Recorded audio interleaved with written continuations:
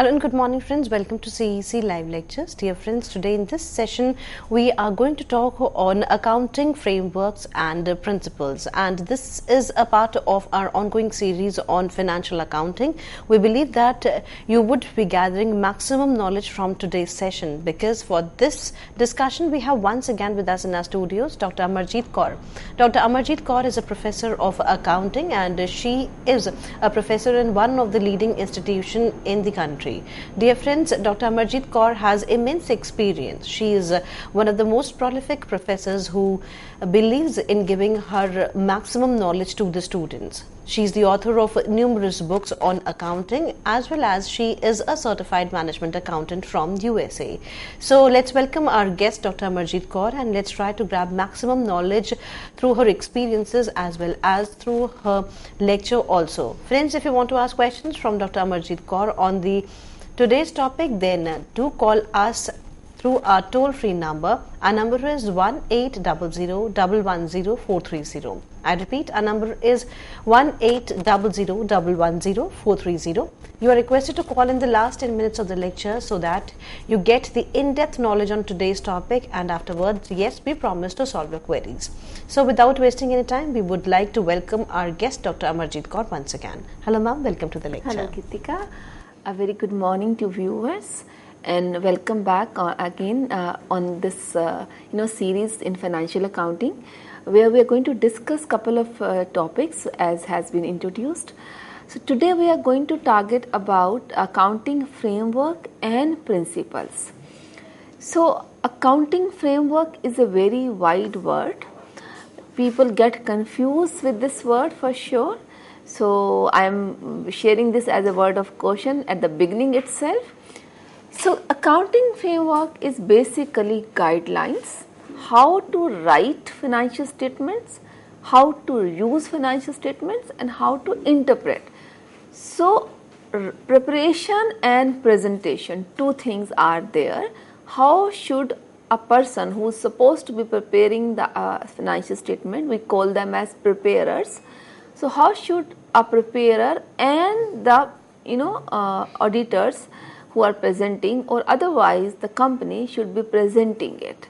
So preparation and presentation of financial statement is guided by accounting framework. So this is kind of Bible. So to us, we follow it and then we write the statement of a financial statement, a statement of incomes and loss, balance sheet, cash flow statement, all those financial statements based on the guidelines given in the accounting framework. So the first question is, what is the objective of an accounting framework? As the meaning states that this helps us in preparing and presenting financial statement, and that is basically leads to understand that how we should take the objective of accounting framework. So primary objective is, as I said, to help preparers in writing the books of account, in preparing financial statements, whether it is balance sheet or income statement or cash flow statements or even notes for that matter. So this is something which has been guided by accounting framework. Second is, it helps auditors.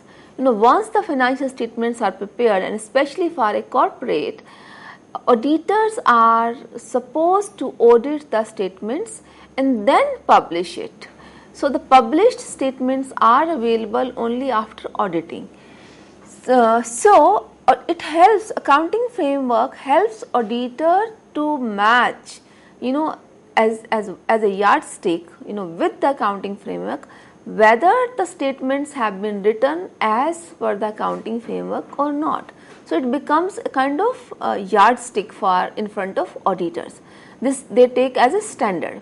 So now the actuals are actually compared with the standard. Standard doesn't mean accounting standard. I am talking accounting framework per se in general, that they become the basis to compare the actual books of accounts of any organization, based on which auditors would audit the books of accounts. Right? So this is the second objective. The third is how to present it also tells us, it also guides us that how should we be presenting our financial statements. That is the third objective. Then there is another objective, that it helps us to interpret, because there are many people who are using. So the another objective is to help users to interpret the information given in the financial statement. How to read, basically. How should we read any information given in the financial statement? Even that guideline is there in the accounting framework. So these are the few basic objectives of accounting framework, which is a very wide term. Now, what does come in the scope of accounting framework? In the scope, we have basically the accounting framework is applicable on all commercial business houses, all trading houses, irrespective of their objective. Accounting framework is applicable on all commercial houses, irrespective of their size, nature, etc. So it is it means it is having a very wide scope, right? So this is what comes in the scope. But if we move further, accounting framework deals with what? You may take it as a scope only. So accounting framework first of all deals with, as I said, what are the objectives of financial statements? What are actually we intending to share through financial statement, because financial statements are means of communicating. So they are the document through which a business communicates to the rest of the world, right? So what objective do I want to achieve through my financial statement? That is what has been guided. So basically, financial position, your operational result, and the cash flow position. There are three major objectives of financial statement, and the accounting framework guides the financial statements to be written in a way that these objectives are met. So this comes under the scope that accounting framework deals with the objective of financial statements. It also not only deals with objective, it also deals with what all should be the part of the financial statement.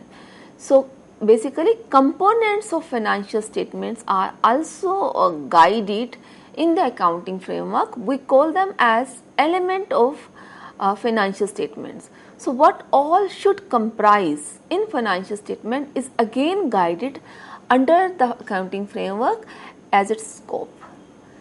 Then it also deals with the features of the information accounting information should possess or must possess. We call them as qualitative characteristics or qualitative features of the accounting information. So what all characteristics should the information possess is guided by the scope of the accounting framework. If you remember, in the immediate last lecture, we actually dealt with the characteristics of financial information. So this has been covered in detail, and now we are talking your accounting framework per se, and there in the scope it is there that that all the information, all the features of the information is guided by the scope itself of the accounting framework scope itself. So other than that, it also deals with in the scope that how, what all kind of financial statement should be prepared. As I said, primarily the balance sheet, statement of income and profit and loss, and the cash flow statement, notes to the financial statement. These are the four major parts in the financial statements. Other than that, an important aspect is this, that we in the accounting framework, it gives us an idea that what should be the period of the accounting, what all policies should be followed. So accounting principles are also there as a part of the accounting framework. The question comes in whenever there is a conflict, some accounting standard is there, right? and accounting framework is also there. So accounting framework says something which has a contradiction with the accounting standard. So in that case, I want to clarify, accounting standard would have an upper hand than the accounting framework, because framework is a guideline, but standards are strict rules. They are strict rules, so needed to be followed as it is by letter and spirit. So the point I am making out is this: in case of any kind of conflict between the existing practices or principles, standards, and then your guidelines, the guidelines would not be overpowering your accounting standards. Okay. Then after we discussed objectives of accounting framework and scope of the accounting framework, let's go and talk about accounting concepts and conventions, which are again covered under the scope only. So concept and conventions are also part of accounting framework, which we are now going to discuss in details. So basically they are called as principles of writing books of accounts. This actually guides us that how should we be dealing in a particular situation. Business transactions keep on happening every day, right? We have numerous accounting business transactions in a day, and these guidelines, these accounting guidelines, these principles helps us understand how to write the books of account in a given situation. Another objective of accounting, this gives us this leads to a discussion. The other objective of accounting framework is to help preparers to deal with the situation when there is no accounting standard. So if there is no accounting standard, there is something new happened, because this is an evolving discipline. This keeps on evolving because business situations keeps on changing, business background keep on changing.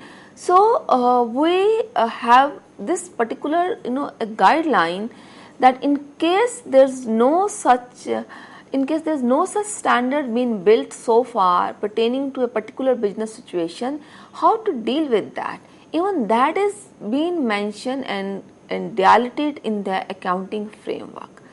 So this is all about the accounting framework. We will now go in in depth of accounting principles, which basically I am going to talk about your accounting concepts and conventions. Of course, they are the part of the accounting framework only. Now let's talk about the first accounting concept. There are two underlying assumptions as per the revised accounting framework in India. There are, as of date, I should mention actually, as of date there are two accounting framework available existing. One accounting framework is which was prepared in 2000. This deals with the accounting situations or the businesses who are not required to apply Indian accounting standards, who are just required to apply AS accounting standards. So those framework, those guidelines under the accounting framework of 2000 is there. Other than that, a new accounting framework has been brought in recently. Once the Ind AS, we call them as Indian accounting standards, have been introduced. So now as of date, we have two sets of accounting standards prevailing in Indian context. One, accounting standards, and second is Indian accounting standard, which are shortly known as Ind AS, right? So Ind AS certainly has a very important role to play, which I am not discussing in today's lecture at least. So because Ind AS are new, there are different business situations which may not have been answered. So this accounting framework tells us how to deal with the situation which has not been dilated or mentioned in Ind AS, Indian accounting standard. So and also becomes the objective of accounting framework to help ICAI and other bodies to prepare future standards, because Ind AS have been just introduced. very recently. We are still in the process of implementing. From this year, they are going to be implemented to the maximum possible businesses from this year 2017-18 onwards. So the point I am making, it also helps us to rethink, redesign and formulate accounting standards in future as well, or to revise the accounting framework in the context of Ind AS. So keeping all this discussion in mind, let's go to the accounting principles, which have two parts, concepts and conventions. Now concepts are basically rules and conventions are assumptions, right? So concepts are also assumptions, obviously we assume something, but they have become little more rigid. Whereas conventions are also assumptions but based on, so we assumed and we made them as a practice, they are not very hard rules. Whereas concepts are known to be more strict rules than your conventions. So nevertheless, they both are important because they both are the part of the accounting framework. So the first and the important accounting concept, which we also take as underlying condition or underlying assumption, is this ongoing concept. So we assume that the business keeps on going and we do not see any liquidation in the near future, right? So ongoing concept assumes the continuity in business. So let's take some example. This concept says, because every concept has some application, so implication rather. So what is the implication of this asset? If we are very much certain, we are 110% certain, if I use the word 110% certain about the outcome of sale of my building. I know this building which I possess as a business has a sale value of 10 crores. So I'm very much sure about that today after selling, but this particular concept, which is ongoing concept, assumes that business will keep on going forever or for unknown period it is going to go. Then there is no question to consider the sale price of the building unless it has been sold, right? It may happen even after 10 minutes from now, then it actually happened. So we would be recording any transaction in our books of account only if it actually happened. So we do not record only based on the assumption or just knowing that it has such a value, right? So going concern says that's why we provide for future losses, that's why we keep on considering the future. So this is the first and the foremost assumption, underlying assumption, we call it as a concept in accounting principles. The second very important concept is accrual concept. All the transactions which happen in a business are recorded on accrual basis. So what is accrual? Accrual means transactions to be recorded when they actually happen, irrespective the cash has been received or paid. So it is not important that the cash has been paid or not, cash has been received or not. The transaction would be recorded provided it belongs to the accounting period in question, which we will discuss what is accounting period, right? So we assume accrual concept. We do not record transaction on cash basis. So accrual is the underlying assumption, is the important concept in accounting framework, right? I hope you could gather that. Now, other than that, there are many more concepts. The third one I would like to discuss is cost concept. Now, what is cost concept? Cost concept assumes that the transactions would be recorded in the business for the first time on the actual cost being spent. So kindly pay attention on my words. For the first time when we are recording any fixed asset, we should be recording this asset on the cost price we spent on the asset. Now what is cost or cost price? cost doesn't mean only the purchase price, because most of you, if never heard this concept before, may take cost as simply whatever we spent on purchasing the fixed asset. No, that's not true. We are going to take the cost under the cost concept, the amount which we pay on the purchase. So that is the first thing, first element of the cost, purchase price. Of course, the substantial part is purchase price. Then we also going to add whatever we spent on the transportation, on bringing the asset into the business premises, right? So whatever we spend either on air, on rail or sea, whatever the fare we spend, that is the transportation cost of the asset, so that we could bring the asset to the business premises where we have to use the asset, right? Then we may spend anything on erection and commissioning of the asset. We purchased any asset and we need to erect it at the business premises, right? So unless we erect, we cannot use it. Unless we commission, we cannot use it.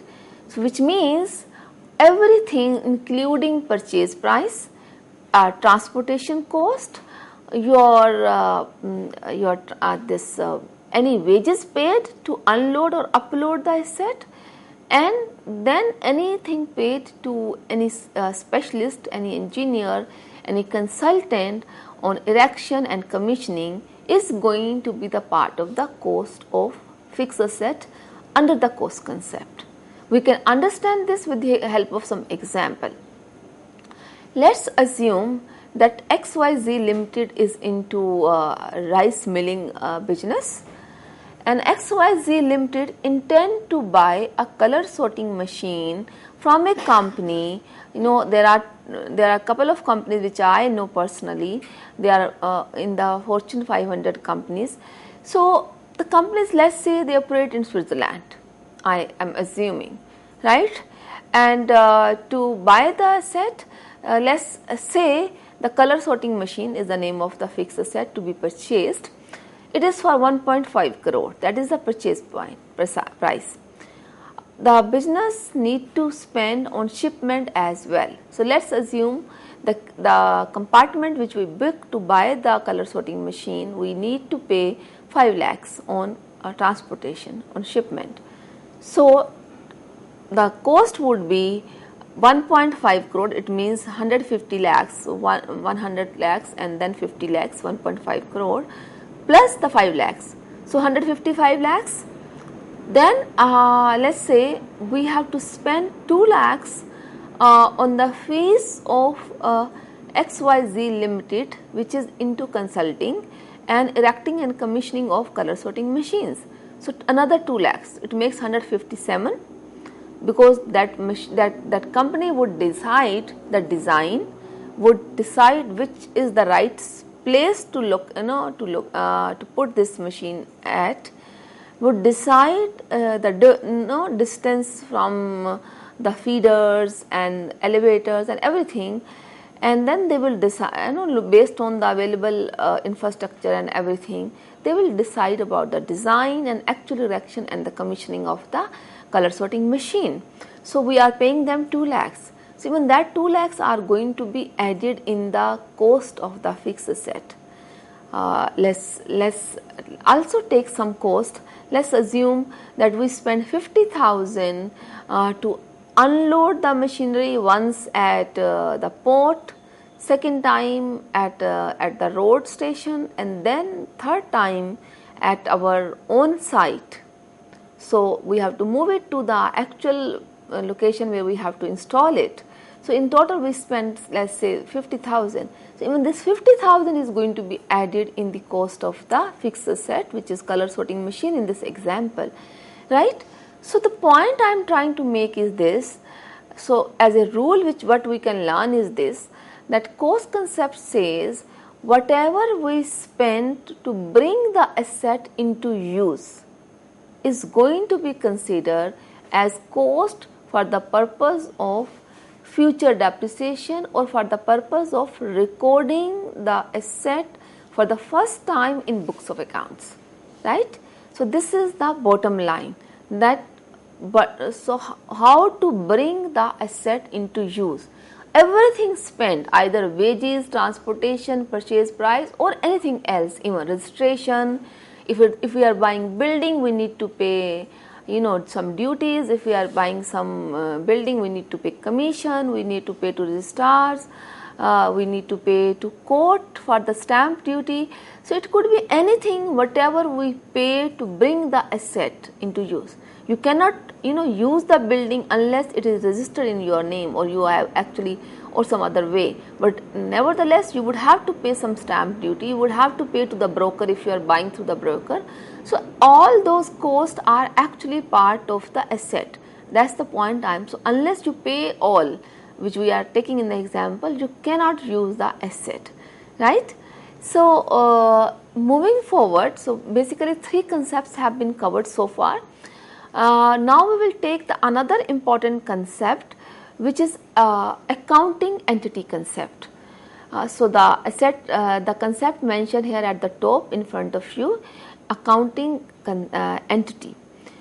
So, accounting entity is in few books you may find it as separate entity concept. So, what does this concept says? This concept says that businesses are independent from their owners. So, business is a separate entity and owners are separate entity. So, they both form different entities, right. So, that because of this assumption, because this is a concept, right, because of this particular concept, we have seen many practices in the business while dealing with books of accounts. Whenever an owner withdraws some money or something in kind from the business, he is supposed to pay back to the business, right. Otherwise, his capital is reduced. So, this is the implication of this concept only, that we assume that business and its owners are independent from each other. So, we are basically keeping the affairs of owners independent than the affairs of business itself.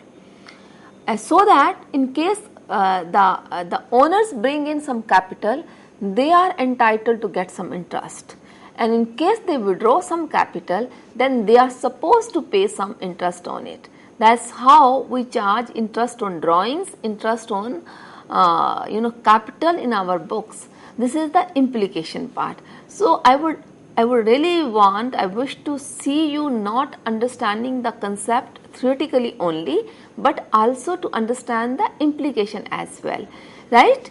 So, that is the point, that this going concern concept and separate entity concept, cost concept, and then the fourth one which we discussed the fourth one which we discussed was separate entity, your going concern, and we assumed that the underlying assumption, the accrual concept. These 4 concepts which we just discussed, they all are very, very important. We have more concepts to be discussed, which we will take in the second half. Thank you very much for watching us on this channel.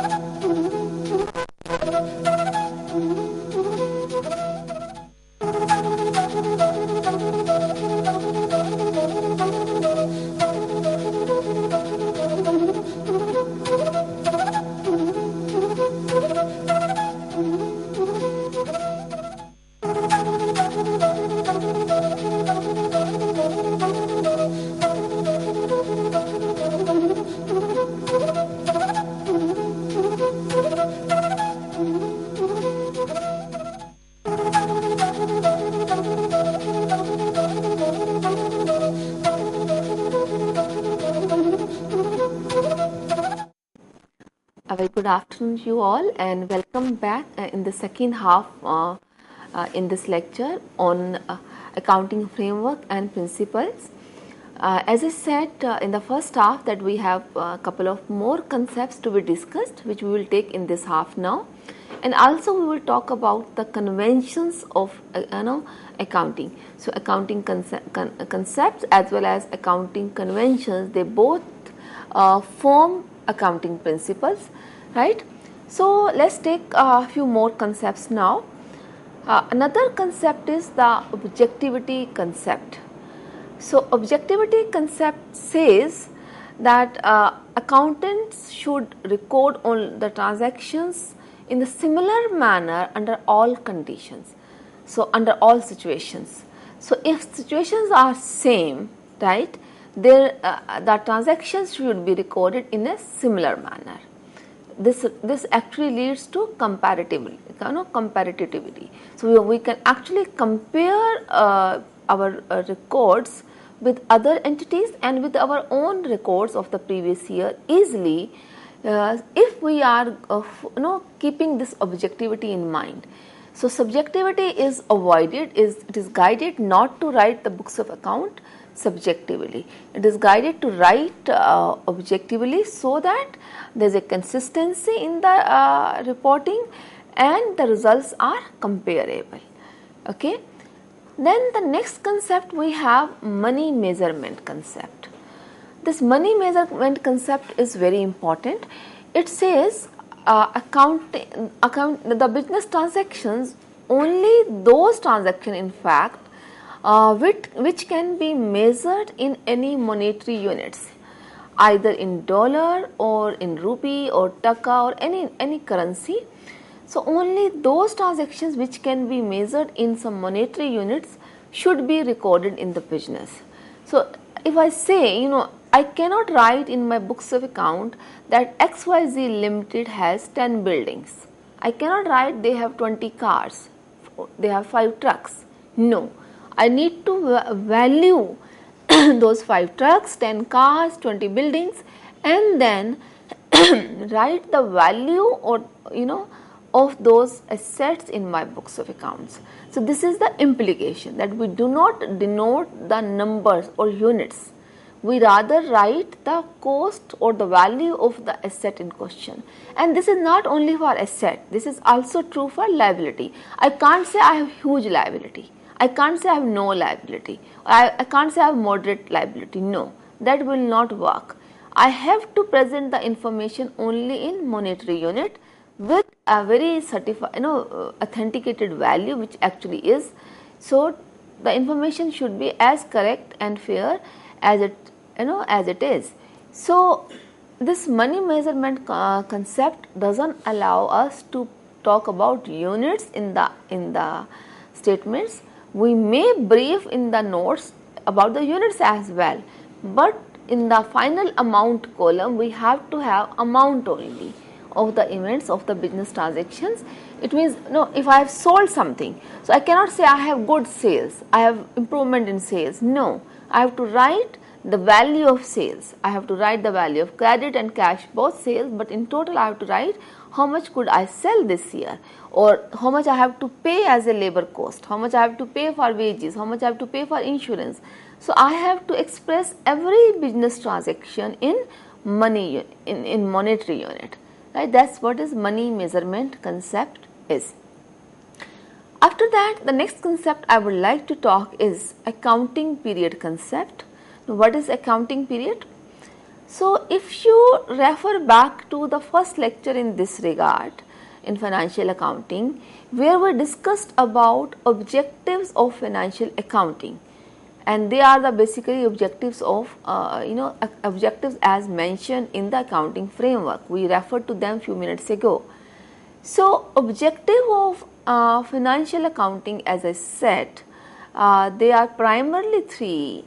That we want to find out the financial position, we want to find out the operational result or the performance of the business, and we want to see the cash flow statement, cash position of the business.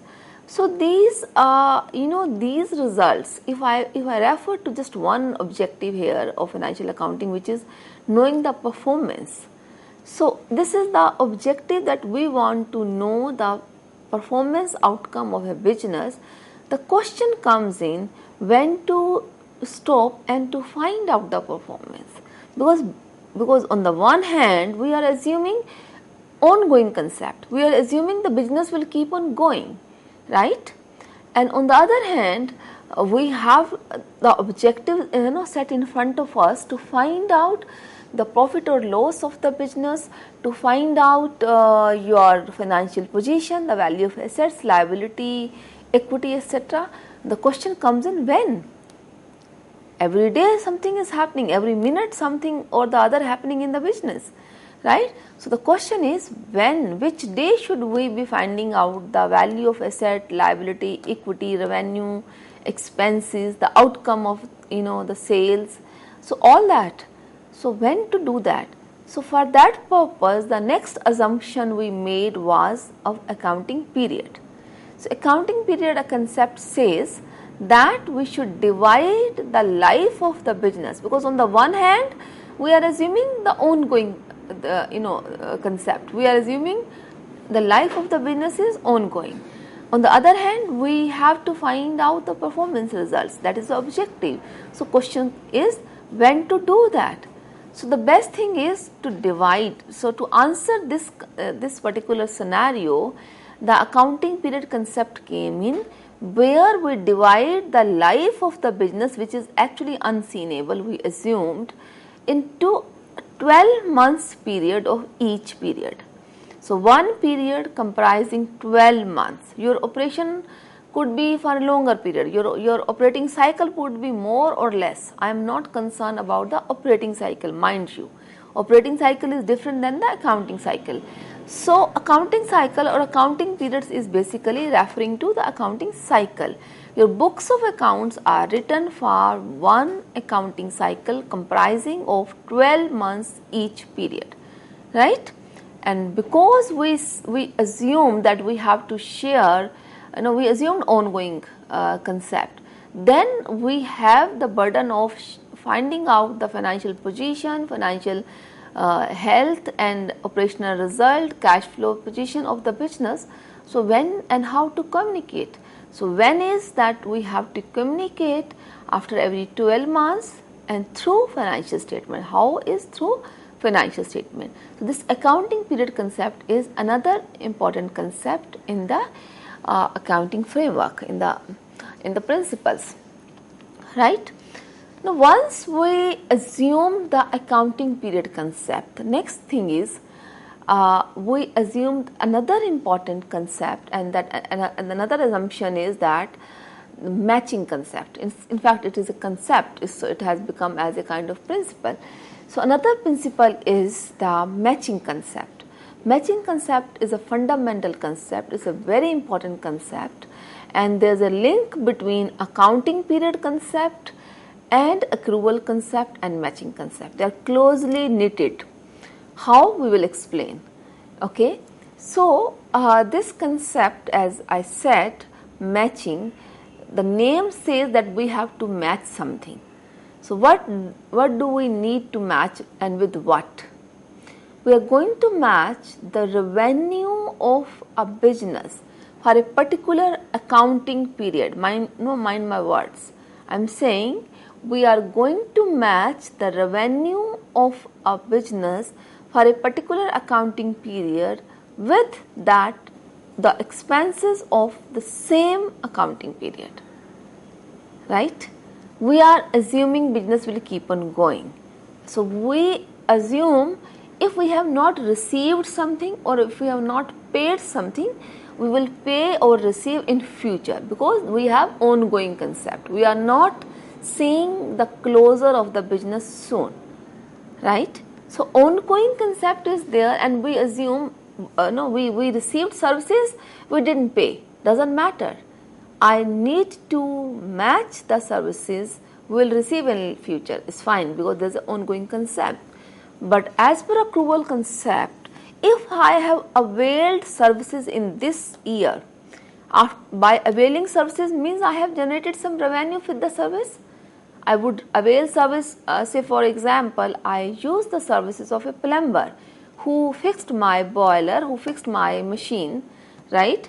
And then I am producing the product with the help of that boiler and I am selling. And by selling the product, I am generating revenue. So I am matching the revenue with the expense of the same year. That's what the matching says. Match revenue as well as expense of the same year, and then on accrual basis, not on cash basis. Don't worry whether you have paid the cash or not, whether you have yet to receive the cash or not.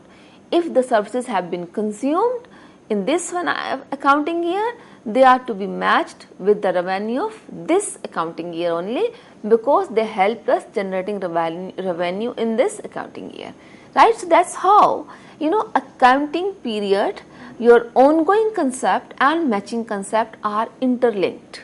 They are closely related to each other. So I think you could understand with the help of the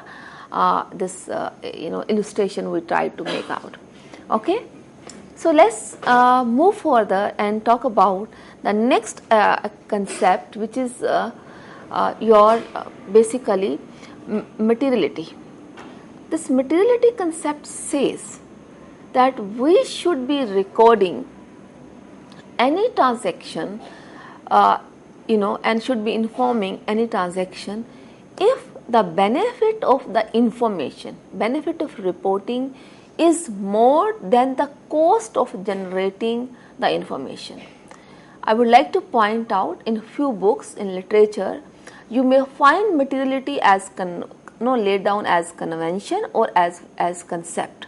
They both are existing in the available literature, so don't get confused. Nevertheless, it's important to understand the meaning and the underlying message here, which is that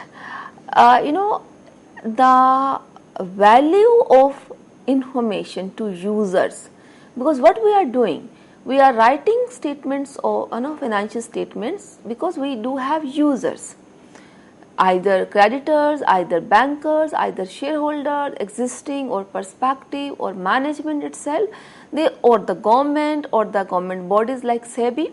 We discussed about them in the previous lecture, that who all are the users. They are the part of the accounting framework, of course. So accounting framework says that who all are the users. So the point I am trying to make out is there, we are obviously trying to generate accounting information for the users of the financial statements. Now, in this objective, we should not focus merely on generating information. We should also focus on the cost of the generating the information, that is materiality. If information is of such material that it should be reported independently, so that is the point. Is this of such a value, of such a importance that it requires a special reporting? Only then generate the information. So we need to weigh. We need to weigh the information with cost and the benefit effect of the information, right? So that is what is the materiality. Materiality says, we can take example. I think I took some example in the last lecture also in this regard, in some context. If I am using a pair of say stapler, and stapler by definition is a fixed asset because it has a uses for more than 1 year, and by definition of fixed asset, any asset which can last for more than a year, which gives us benefit for more than a year, they are those assets are known as fixed asset. So by that definition, generally a stapler would also last for more than a year. So the benefit is going to be used for more than a year. So by this definition, I should be reporting the stapler, which is just merely of 100 rupees or maybe less than that, as fixed asset. But it is not practiced that way. We do not do that. In reporting, you will never find staplers are shown as a part of PPE, plant property, property and equipment. No, they are not. They are used, they are taken as stationary consumables as stores, right? So why? Because if I will report a stapler in my business which I am using as fixed asset, I am required to keep a separate account of stapler. Somebody is supposed to charge depreciation on the fixed asset, because if I consider any asset as fixed assets are liable for depreciation, to be charged depreciation, right? So that is the point. So this is what the materiality is, because the benefit is not very important that a user should know that a stapler is there and that is of 100 rupee or 80 rupee. That is fine if I take it as spare or as consumable. So this is what is the materiality. Okay. So after that, now we will talk about certain conventions. Let's have a look on the slides, and here are conventions. So just note down these conventions.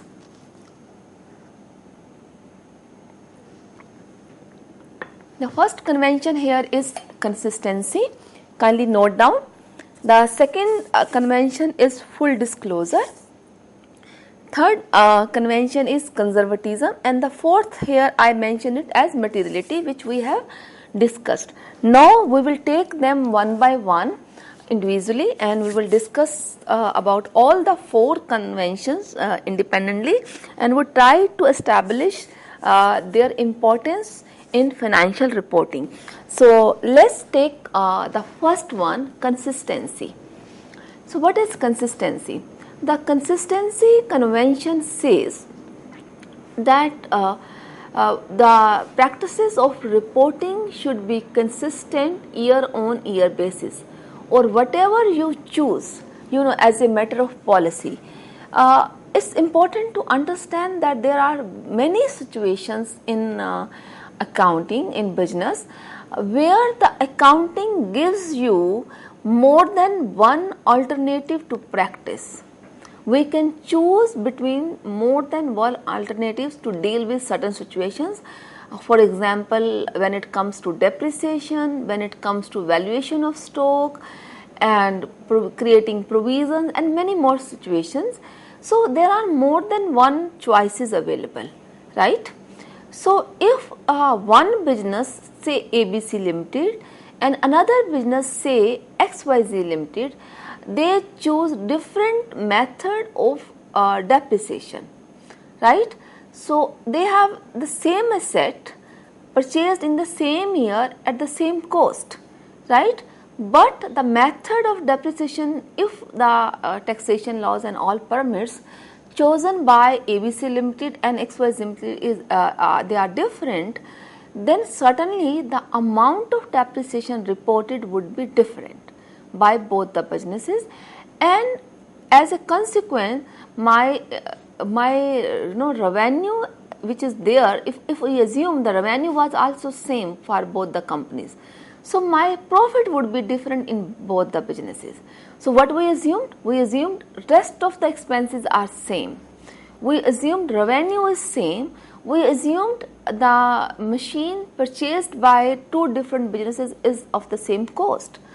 But the method of depreciation, the only difference between the assumption is this, that ABC is limited one method and XYZ Limited is using the another method of depreciation. So my profits which are reported by the financial statements under the two business where everything is same, then the method of depreciation would be different, right?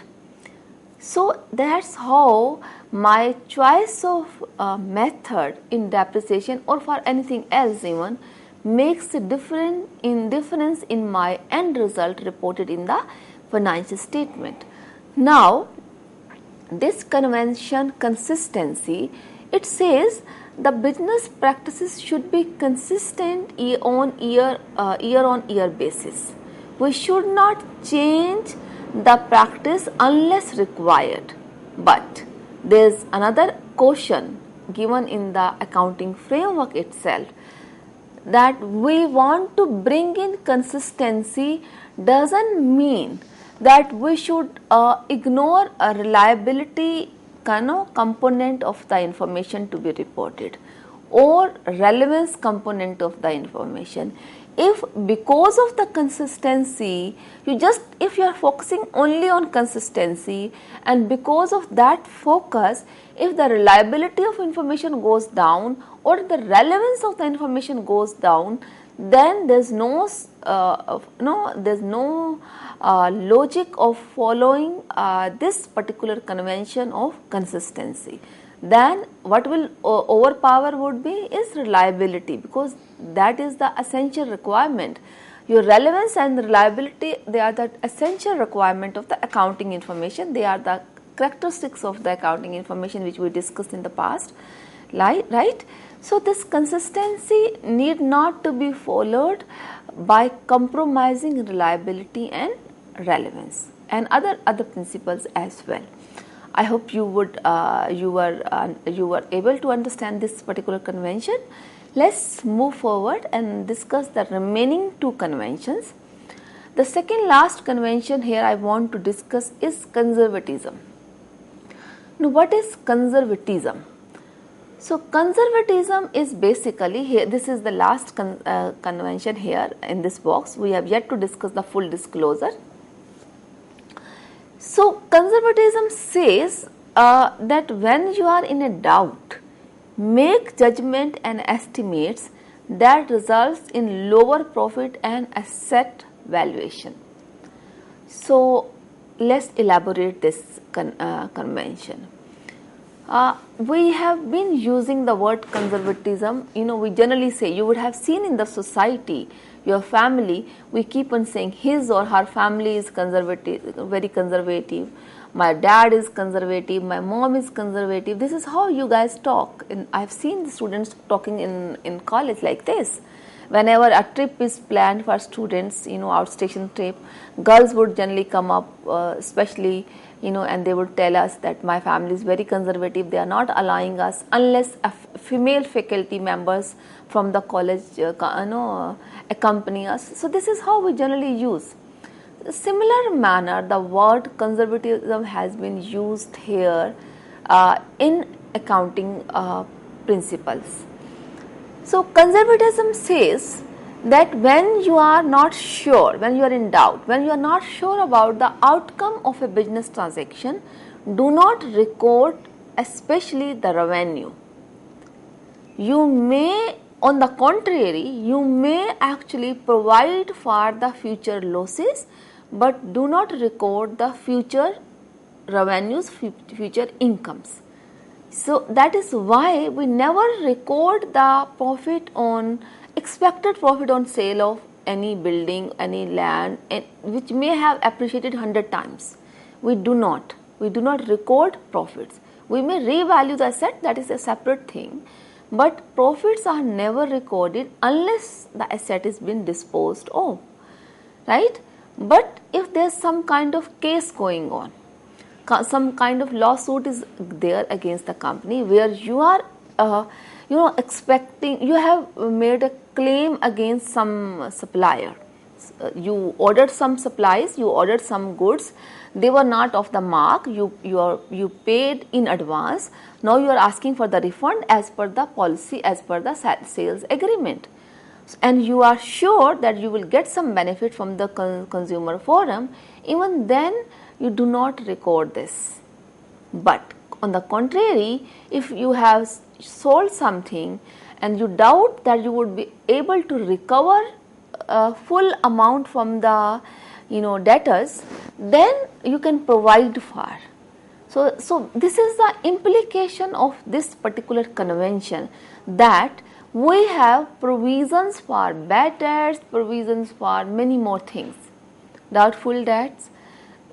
So all those provisions are created under this particular convention only. We do not, so be conservative in dealing with the future profit and valuing your assets. Do not value them at a higher value, because if you record profit, definitely your cash goes up. You are, it's not certain that it is always on credit, but always on cash, but profits if the goods are sold on cash basis, it also affects our cash as well. Otherwise, they affect our debtors, right?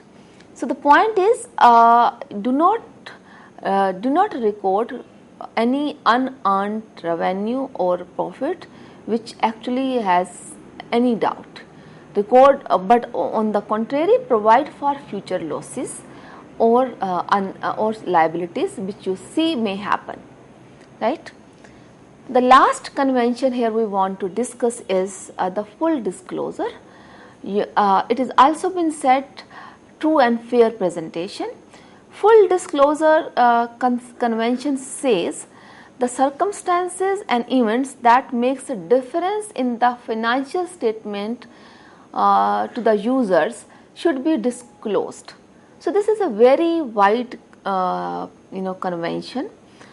This actually has a link with the we discussed about characteristics of accounting information. What all characteristics accounting information should possess, that has been discussed in the last lecture, and there is a link between this particular convention. Full disclosure says present the complete information in its true and fair form so that users could make some decision making, because information is shared through financial statements to help decision makers decide objectively, decide based on facts and figures. So purpose is to help informed decision making. So unless we disclose complete information, unless we share or disclose reliable and relevant information, it will lose the objective of the accounting framework, because accounting framework is there to help user get the desired information timely as well as reliably. So these are so everything is linked. That's why I said that accounting framework is a broad term which deals with concepts, convention as well as the quality of the accounting information. So they all are closely interlinked. So these were the 4 conventions. So in total we have couple of concepts and conventions. They become the building block for writing the books of account. Books of accounts are, the financial statements are the outcome of the accounting process, and they are written with the help of the Bible named this accounting framework. Hope you were able to gather this information, and you are welcome for any query, any question. We would love to answer that. With this, this topic is over. Thank you very much for watching this. Thank you. With this note, thank you, ma'am. Thank you so very much for giving us a prolific session once again. And dear friends, if you want to give your feedback for today's lecture, then do write to us at info.cec@nic.in. You can watch this lecture the number of times you want it, as we are going to upload it on YouTube. So keep watching us, keep writing us. We would be meeting again soon. Till then, take care. Goodbye. Thank you, ma'am. Thank you.